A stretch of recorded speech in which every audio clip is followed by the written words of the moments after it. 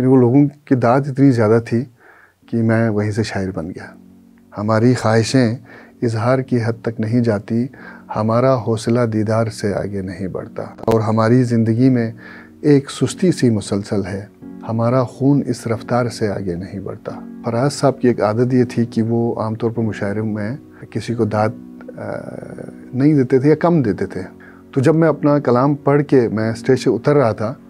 تو فراز صاحب نے کہا کہ واپس جاؤ اور وہ شعر دوبارہ سناؤ۔ تو میں دوبارہ جا کے میں اسٹیج پہ گیا اور میں نے وہ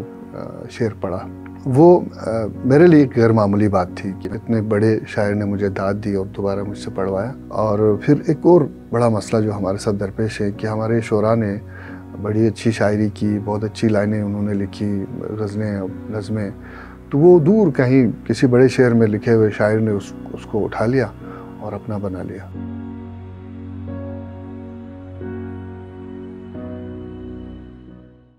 غالباً آج سے اگر 15 سال یا اس سے بھی زیادہ، میں بالکل نوجوان تھا اور میں نے شاعری شروع کی تھی، تو اسلام آباد میں ایک مشاعرہ تھا گلگت بلتستان کے حوالے سے، اس کی صدارت کر رہے تھے احمد فراز صاحب۔ اور احمد فراز صاحب اردو شعر و ادب میں بہت بڑا نام، اور اس وقت تو انہی کا نام چلتا تھا، اور خصوصاً غزل کے حوالے سے فراز صاحب صدارت کر رہے تھے، کچھ اور یہاں کے شعراء تھے، اور جی بی سے ہم 6 شعراء تھے، 3 گلگت سے، 3 بلتستان سے۔ تو اس میں چونکہ جونیئر ہوں تو مشاعروں میں عام طور پہ یہ ہوتا ہے کہ جونیئر کو پہلے پڑھایا جاتا ہے، تو مجھے ذرا پہلے انہوں نے اسٹیج پہ بلایا، تو میں نے اپنی غزل سنائی۔ اور فراز صاحب کی ایک عادت یہ تھی کہ وہ عام طور پر مشاعروں میں کسی کو داد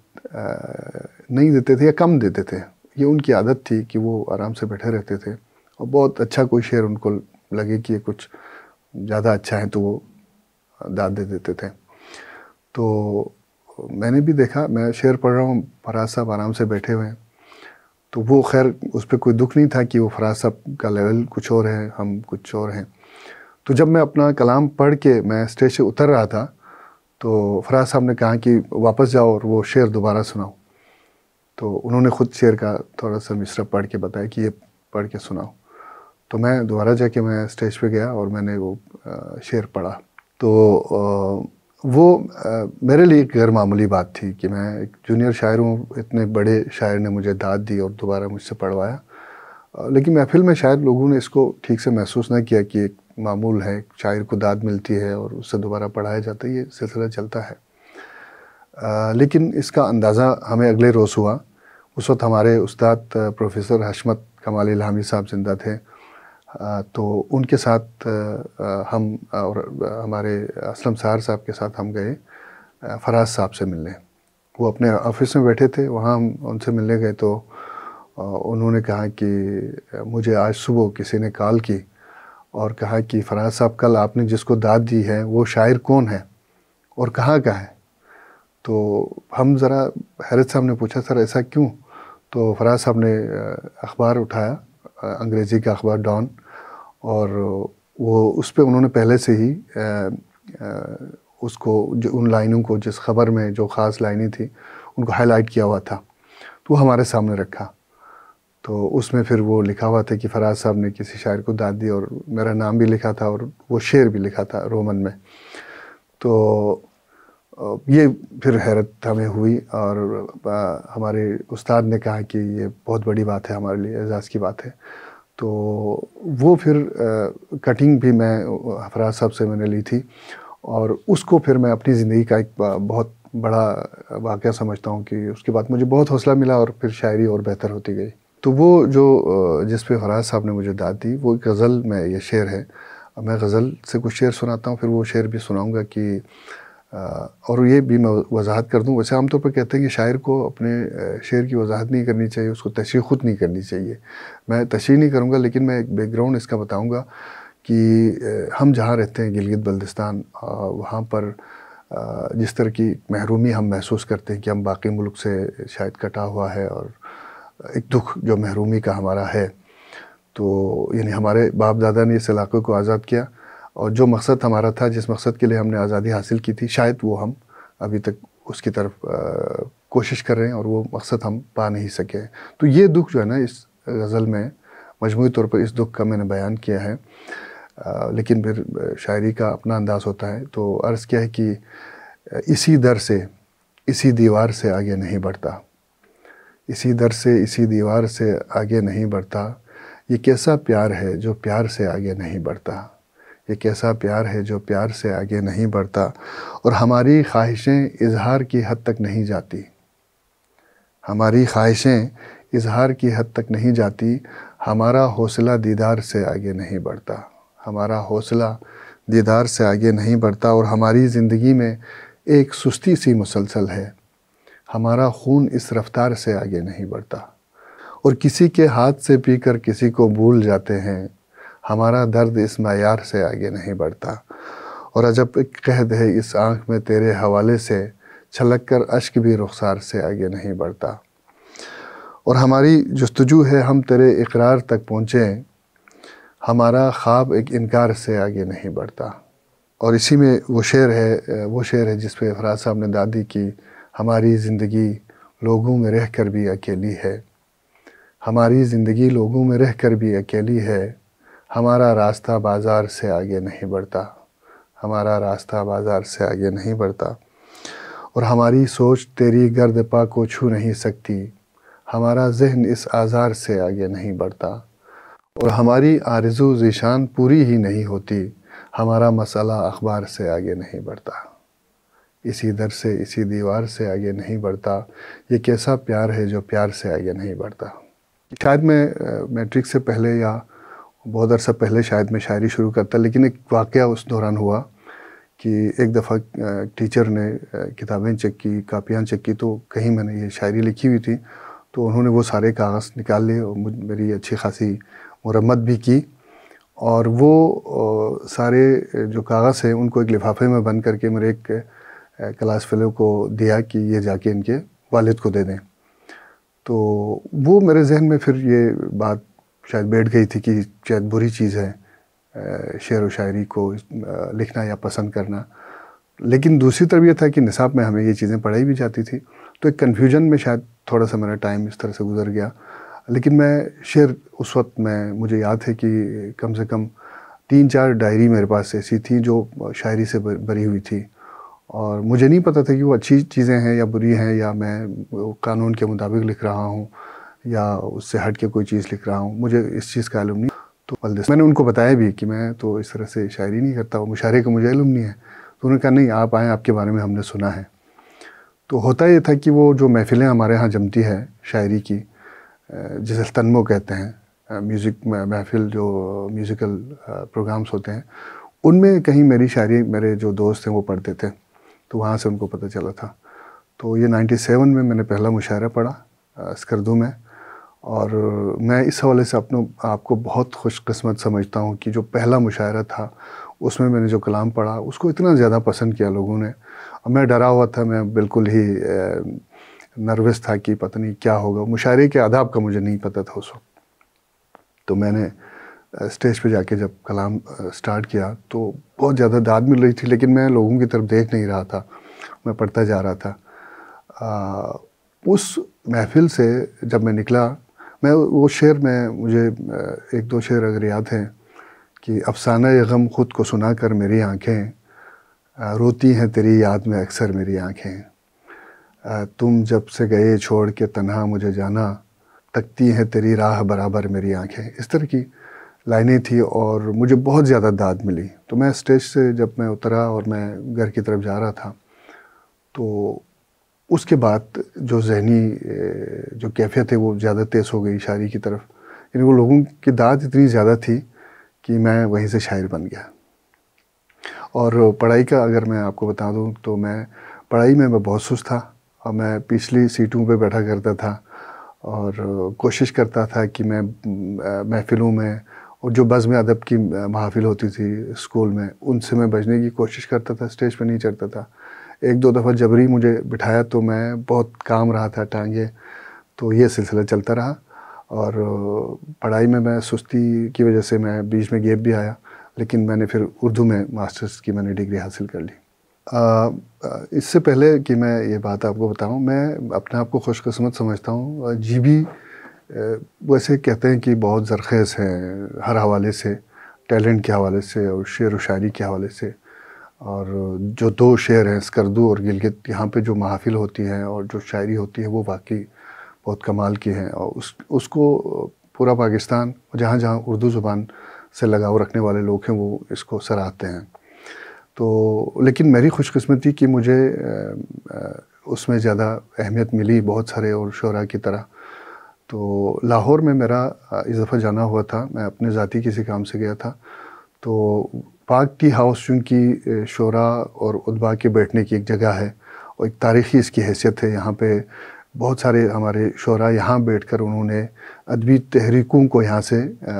شروع کیا، تحریکیں یہاں سے جنم لیتی رہی، پاک ٹی ہاؤس کی ایک بڑی تاریخ ہے۔ تو ایک شاعر کی حیثیت سے دلی لگاؤ ہے، تو ہم جب بھی لاہور جاتے ہیں تو ادھر چائے پینے ضرور جاتے ہیں، اور پاک ٹی ہاؤس میں چائے پینے کا مطلب ہے کہ وہاں آپ کی کسی نہ کسی شاعر سے، کسی نہ کسی ادیب سے آپ کی ملاقات ہوتی ہے، اور یہ سلسلہ کافی عرصے سے چل رہا ہے۔ میں جب بھی لاہور جاتا ہوں تو وہاں ضرور حاضری دیتا ہوں۔ تو اس دفعہ ہوا یہ کہ وہاں کی ایک تنظیم ہے جو کہ پرانی تنظیم ہے، اور ماشاءاللہ سے ان کا کام بڑا اچھا ہے، حلقہ ارباب ذوق لاہور میں یہ تنظیم ہے، پورے ملک میں ہے۔ تو ان کا کوئی پروگرام تھا، وہ ہر ہفتے میں ان کا ایک پروگرام ہوتا ہے، ایک تنقیدی نشست، جس میں کوئی شاعر اپنا کلام پیش کرتے ہیں، کوئی افسانہ، کوئی اپنی تحریر، اور اس پہ بہت سارے شعراء بیٹھ کر اس کے اوپر پھر بات کرتے ہیں کہ اس میں کیا کمی ہے، کیا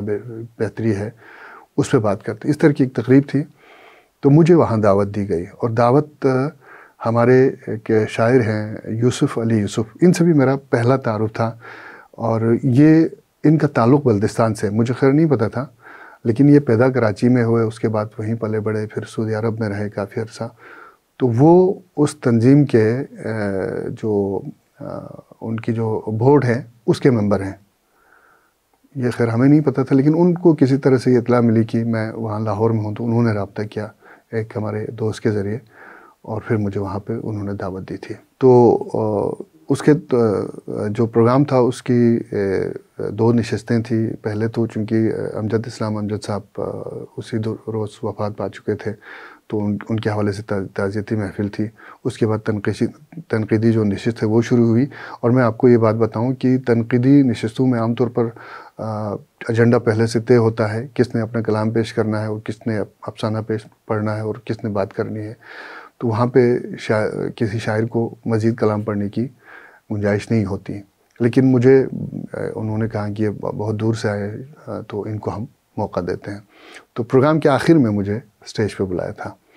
اور پھر میں نے وہاں اپنا کلام پڑھا، کیونکہ وہ بڑا شعر ہے، وہ بڑے شعراء تھے، جن میں اگر میں نام لوں تو فرحت عباس شاہ صاحب، جو کہ بہت اچھے نقاد بھی ہیں، بہت اچھے لکھاری شاعر ہیں، اور ان کے سامنے اور بہت سارے اور اچھے شعراء تھے، ان کے سامنے کلام پڑھنا تھا۔ تو میں نے ڈرتے ڈرتے کلام اپنا پڑھا، تو مجھے انہوں نے بڑی داد دی، بہت حوصلہ دیا، اور فرحت عباس شاہ صاحب دور بیٹھے ہوئے تھے، وہ بار بار داد دے رہے تھے، اور پھر مجھ سے کلام دوبارہ پڑھوایا۔ ایک کلام کے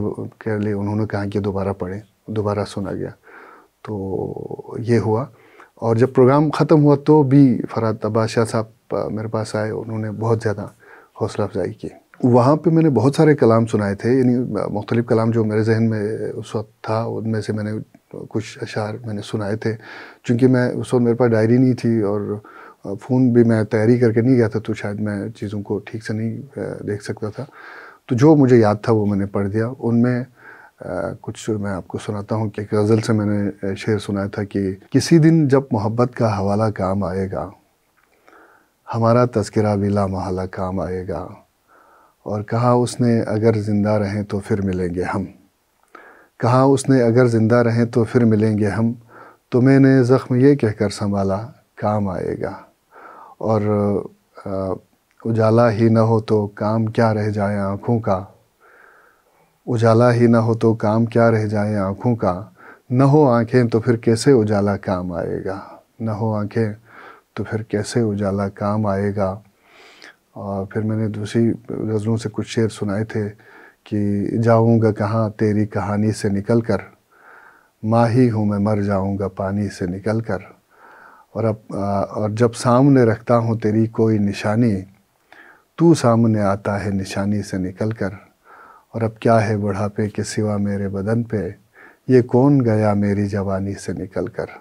اور اس میں شعر ہے کہ سائے میں کہیں بیٹھ کے لکھتا ہوں جو غزلیں،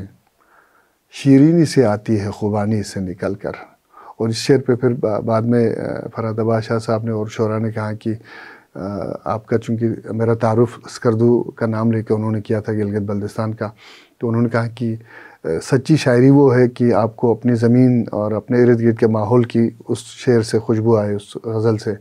تو اس پہ مجھے پھر بڑی داد انہوں نے دی تھی۔ گلگت بلتستان ادبی حوالے سے کہتے ہیں کہ بہت زرخیز ہے، اور اس میں بڑی حقیقت ہے اس بات میں، لیکن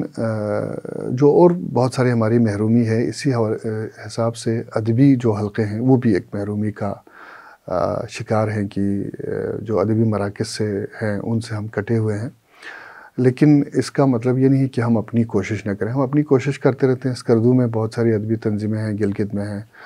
وہ مشاعرے منعقد کراتی ہیں اور کانفرنسیں اور مختلف جو ادبی تقاریب ہیں، تو ہم اس طرف بڑھنے کی کوشش کرنے کی مراکز کے ساتھ ہمارا رابطہ مستحکم ہو، اور جی بی کو ادبی حوالے سے وہی اہمیت ملے جس کا وہ حقدار ہے۔ تو لیکن یعنی شاید یہ سفر تھوڑا سا سست ہے، البتہ میڈیا کا اپنا ایک رول ہے۔ میں خصوصی طور پر آئمن کا ذکر کروں گا کہ آپ نے پچھلے کچھ عرصے سے جو ادبی پروگرام شروع کیے ہیں، جس میں کچھ عرصے احسان شاہ صاحب یہ پروگرام کرتے رہے، اس کے بعد اور ہمارے دوستوں نے کیا، پھر ابھی آپ نیا سلسلہ شروع کر رہے ہیں، تو مجھے اس کی داد دینی ہے، اس کا شکریہ ادا کرنا ہے کہ میڈیا کے اس دور میں جہاں پر انٹرٹینمنٹ کے نام پہ بہت کچھ ہو رہا ہے اور جو حقیقی چیزیں ہیں جن کو اہمیت ملنی چاہیے وہ نہیں مل رہی، تو وہاں پہ آپ نے شعر و ادب کو اہمیت دی، اور گلگت بلتستان کے ادب کو پورے پاکستان میں، پوری دنیا میں اس کو متعارف کرانے میں آپ کا ایک رول ہے۔ اس کے لیے بہت شکریہ۔ کتابیں میری 2 کتابیں مارکیٹ میں آ چکی ہیں۔ پہلی کتاب یہ 1999 میں میری کتاب آئی تھی، شاعری کا مجموعہ درد کی پہلی دھوپ کے نام سے۔ اس کے بعد 2005 اور 6 میں میری کتاب آئی نئے خواب کی خواہش کے نام سے، یہ بھی شعر و شاعری کا مجموعہ ہے۔ اس کے بعد پھر میں کافی سارا مواد میرے پاس جمع ہے، لیکن میں اپنی تیسری کتاب کی شاید نہیں کر سکا ہوں۔